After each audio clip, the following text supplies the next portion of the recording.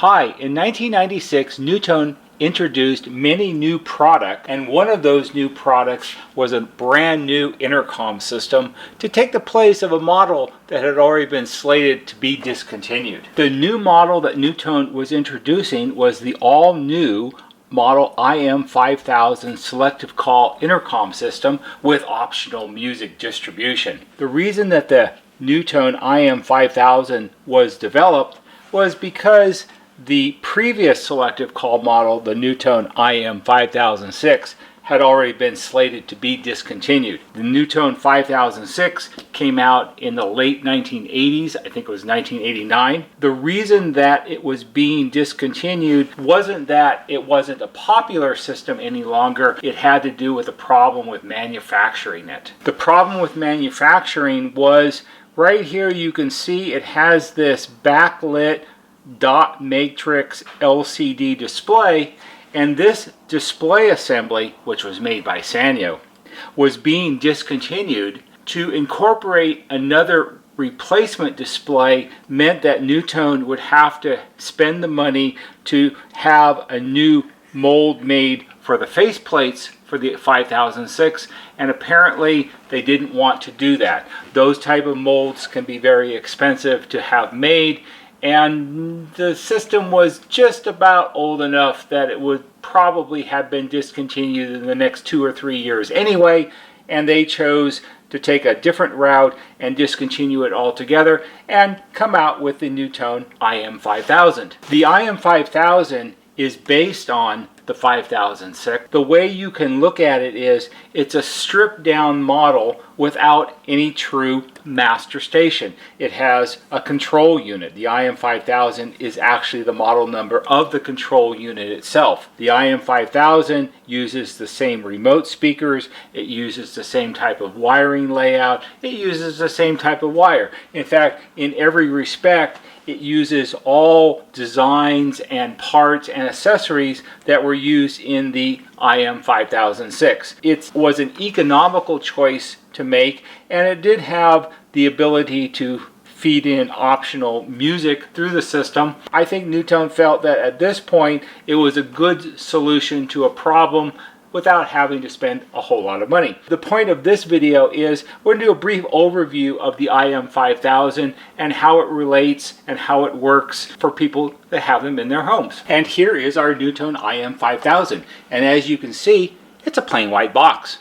Now, this was designed to be installed in a home, or it could have been in a business. It was designed to be installed in some out-of-the-way location. So common locations for them are things like closets, coat closets, garages. I've seen them in kitchen pantries, any place generally somewhat central in the house, which made the wiring and installation somewhat easier. It was not designed to be installed in attics because attics get too hot, but there are no user features here. It's just a control box.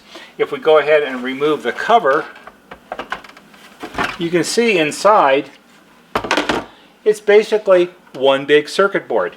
Now, this is a customer's unit, and you can see that it's had some issues with it, but it's been repaired, so that's not really a factor. As you can see, it's just one big circuit board. To make it a little bit easier, I'm going to go ahead and remove this cover right here, and that'll allow you to see what's underneath it, because that's really like a third of the whole set. With the cover removed, you can see there's a lot going on this board, but what does this unit do exactly? Well, first let's talk about how it compares to an IM5006, and that'll give you some better perspective, I think, on what this does. So let's compare the NuTone IM5000 with the NuTone IM5006 from a design point of view. A NuTone IM5006 is a very traditional NuTone master station. It has selective call intercom, it has built-in AM/FM radio, it has a built-in cassette player, it has the digital display, it has a built-in alarm clock feature that you can program on a room-by-room basis. It's a very traditional master station. If you take that design and you strip out the display and the cassette player and the AM/FM radio and some of the other features that are audio related, what you basically end up with at the end is this.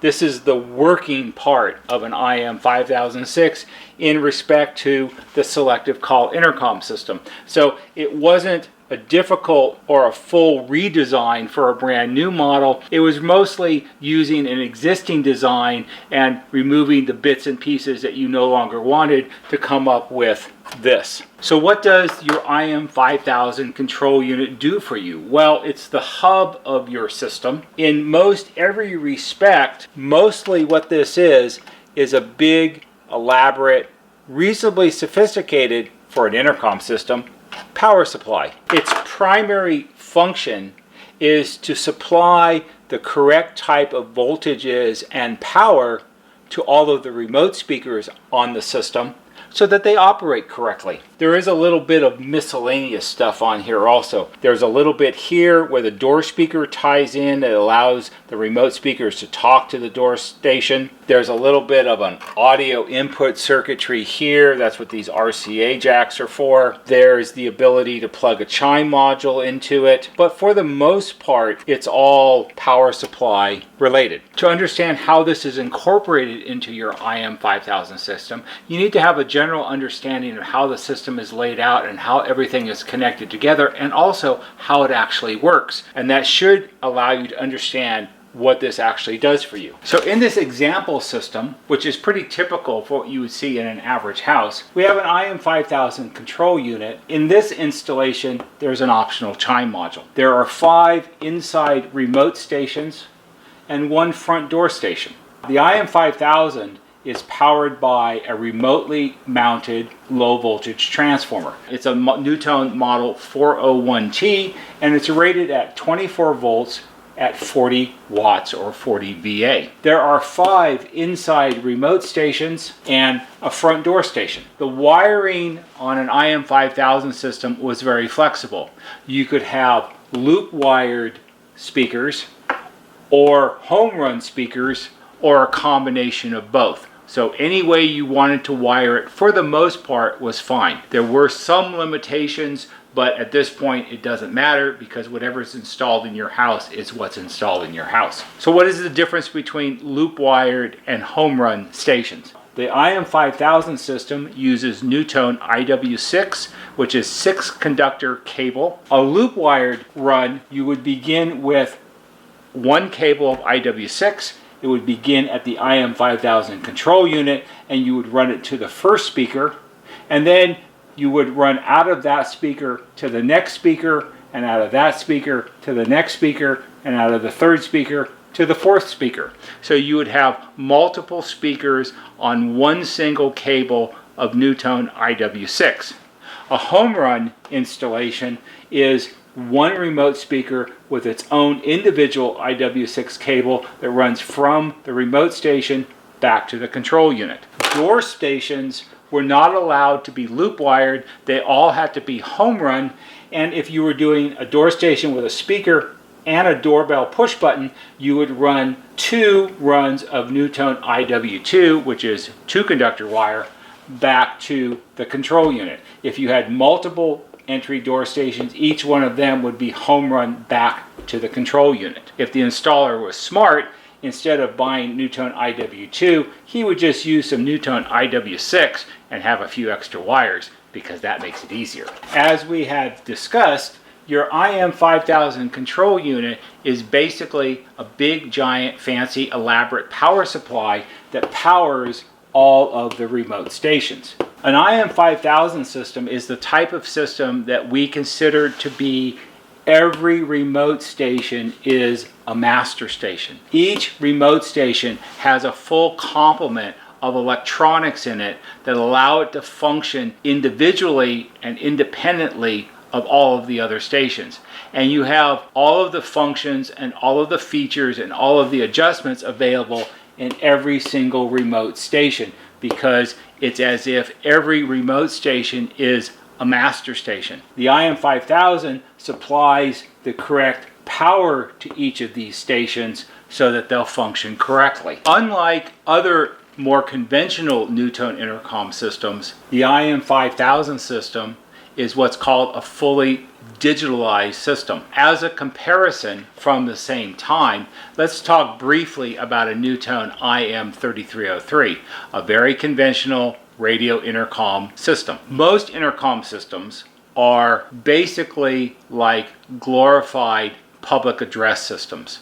It's very simply that you have an amplifier, sound feeds into the amplifier and comes out of the amplifier, and you hear it through the other speakers in the house. If you are playing music throughout the house, the radio tuner is sending the signal into the amplifier, and it's amplifying it up, and it sends it out to all the remote speakers, and you can hear it play throughout your house. In those type of systems, which are basically audio-based systems, let's say that you were playing music through your house and you wanted to tap into a line somewhere and add a speaker in the attic for some reason. And you didn't really care about the intercom functions, you just wanted to hear the radio play. Well, you would go up in the attic, you would find an intercom line, you would figure out which two of the wires are carrying the output from the amplifier, which have the radio station music on it, and you could connect a speaker right to those wires, and that speaker would play music just like it does everywhere else in the house. So it's basically an audio-based system. In the simplest description, in a 3303 system, which is a 3-wire system, 2 of the wires make the intercom work, and 2 of the wires make the radio play. You can tap into these 2 wires, the ones that make the radio play, anywhere in the system and hook a speaker to them, and you can hear the radio play because it's an audio-based system. It's very simple. The IM5000 doesn't work like that at all. In fact, there are no audio wires. It's not an audio-based system. It's a fully digitalized system. So what does that mean? What's a digitalized system? How does it work? Unlike almost all other NuTone intercom systems, the remote stations on an IM5000 system have 2 special things. One is a speaker cone that allows sound to come out. And all intercom systems have speaker cones, otherwise you wouldn't be able to hear the music play.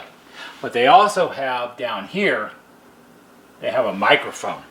And most NuTone intercom systems don't have microphones because they use the speaker as a microphone when you're talking on the intercom. The other thing that you have in each of the remote stations on an IM5000 system is, because you have all of this onboard electronics, is you also have built into it, you have an amplifier. And every single remote station on an IM5000 system has its own individual amplifier built into it.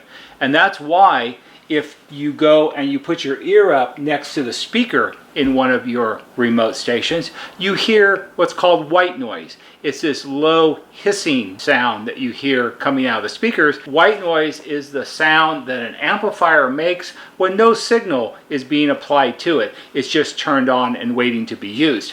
So you have a speaker in every station, you have a microphone in every station, and you have an amplifier in every station. So every station is like a master station. So how does it work? When you're at, let's say, speaker number 1, and you want to call speaker number 4, you press 04 on the keypad, and station number 1 connects to station number 4. You have to push the talk button on speaker number 1 and you speak into the microphone. And that would seem all very normal for anybody who has an intercom system, because all intercom systems have push to talk buttons. What does it do when you talk into it? When you speak into the microphone, your voice is sound waves that come out of your mouth. And sound waves are analog. It's actually, analog means it's mechanical. So when you speak, your voice is making sound waves in the air, and that's a mechanical thing. Station number 1 has to send the sounds to station number 4, but remember, there's no audio wires to do that with. It's not like a public address system. The circuitry in the remote station takes your voice, which is analog, and it's gone into the microphone, and it digitalizes it. Now, digital information is that thing that you know a little bit about from movies and computers and things. It's the zeros and ones that you see, these long strings of zeros and ones. So this is a good way to look at it. CDs, everybody's played CDs. Okay, CDs are digital. It's not like a record on a record player with a groove. It's all digital numbers. And all of those digital numbers are zeros and ones. And they're in certain orders. So when you speak into the microphone, it turns your voice into digital numbers, zeros and ones. And it sends those digital numbers down the wires to station number 4.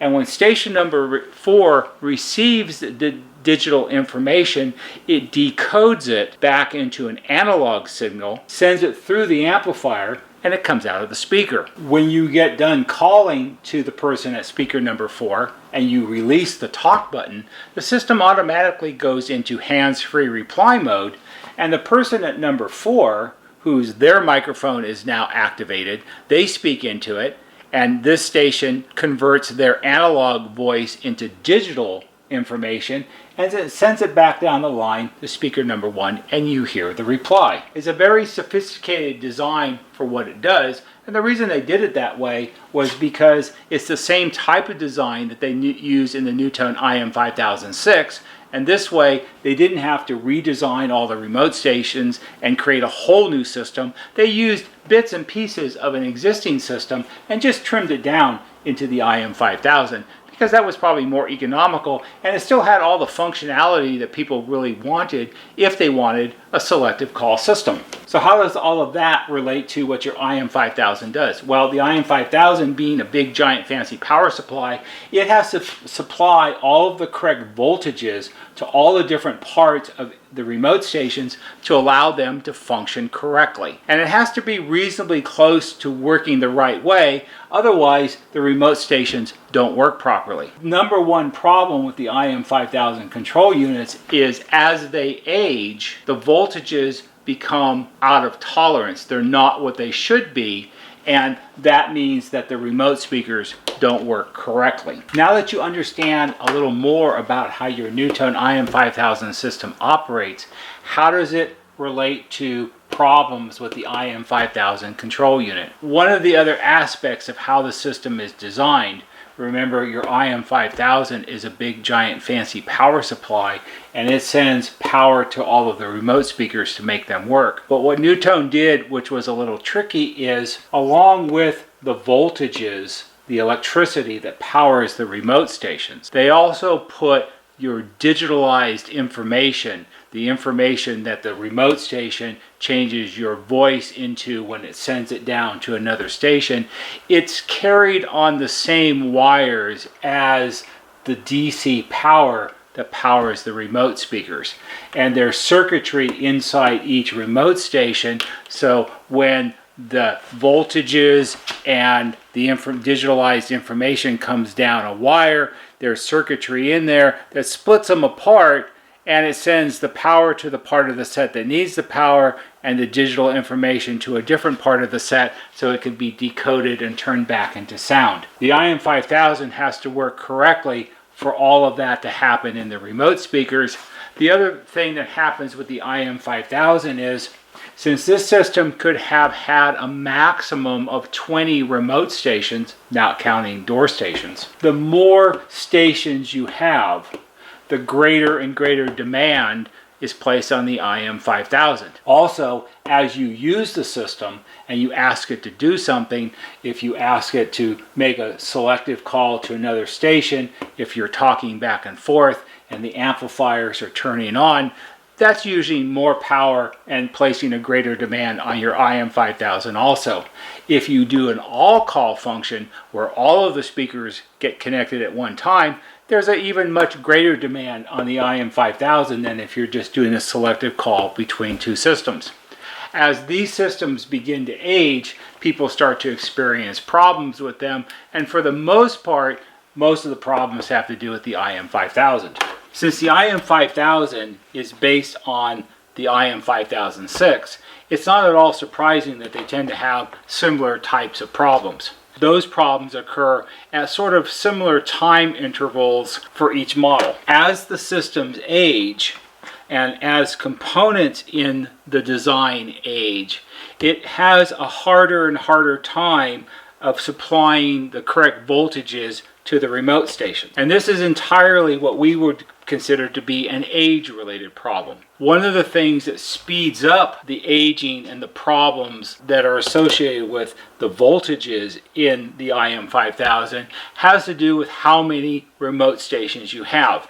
And we divide up systems into two categories. Systems that have 6 or less are small systems, and systems that have 7 or more are large systems. Large systems tend to have more problems sooner than small systems do, because if you have 14 or 16 speakers on your system, the demand on the IM5000 is quite large. On an average, a typical IM5000 on a small system may go anywhere from 12 to 15 years before it requires some types of work. If you have a large system, it could be as little as 10 to 12 years. Other than the age-related problems, for its level of sophistication in its design, the IM5000 is actually very reliable.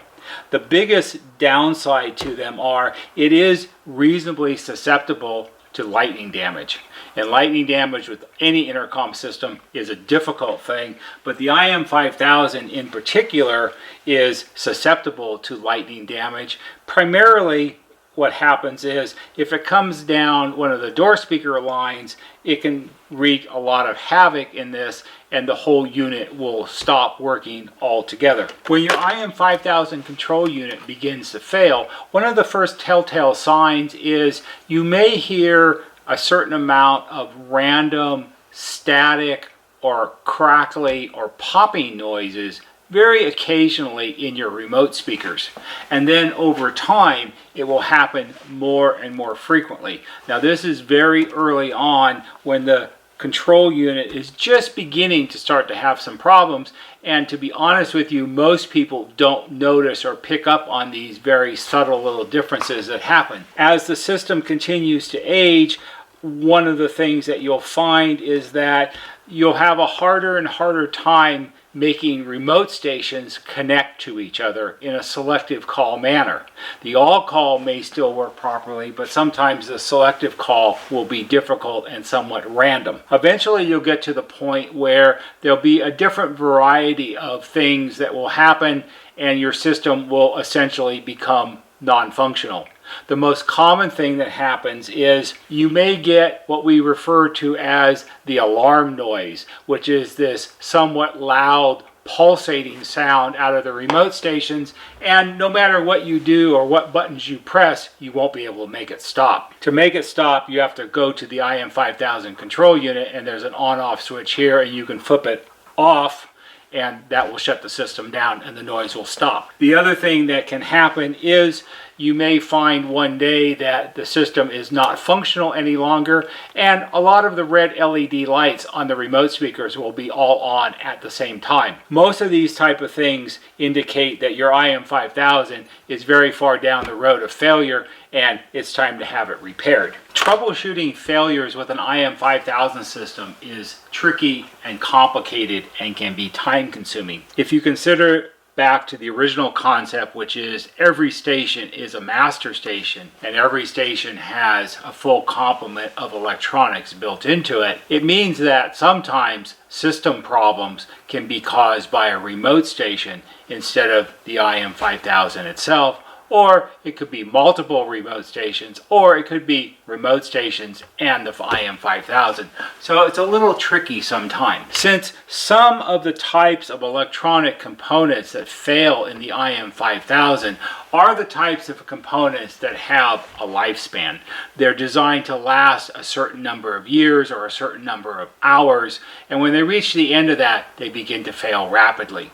They also happen to be the types of components that, if you shut the unit off and you leave it off for a while, they have the ability to temporarily somewhat heal themselves. The test that you can do is if you have the pulsating alarm noise, or you have all of the red LED lights on, or you have other various problems with your system.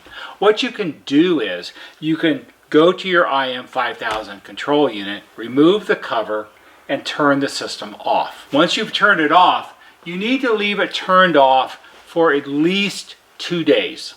Okay, and it's really fully, truly 2 full days. Not 4 hours, not 90 minutes, not a day and a little bit, but actually a full 2 days, like 48 hours. After it's been off for 2 full days, then what you have to do, and you have to be ready, because you may have a very short amount of time once you've turned it back on to see what's going on. After the full 2 days, go back to your control unit and turn it back on.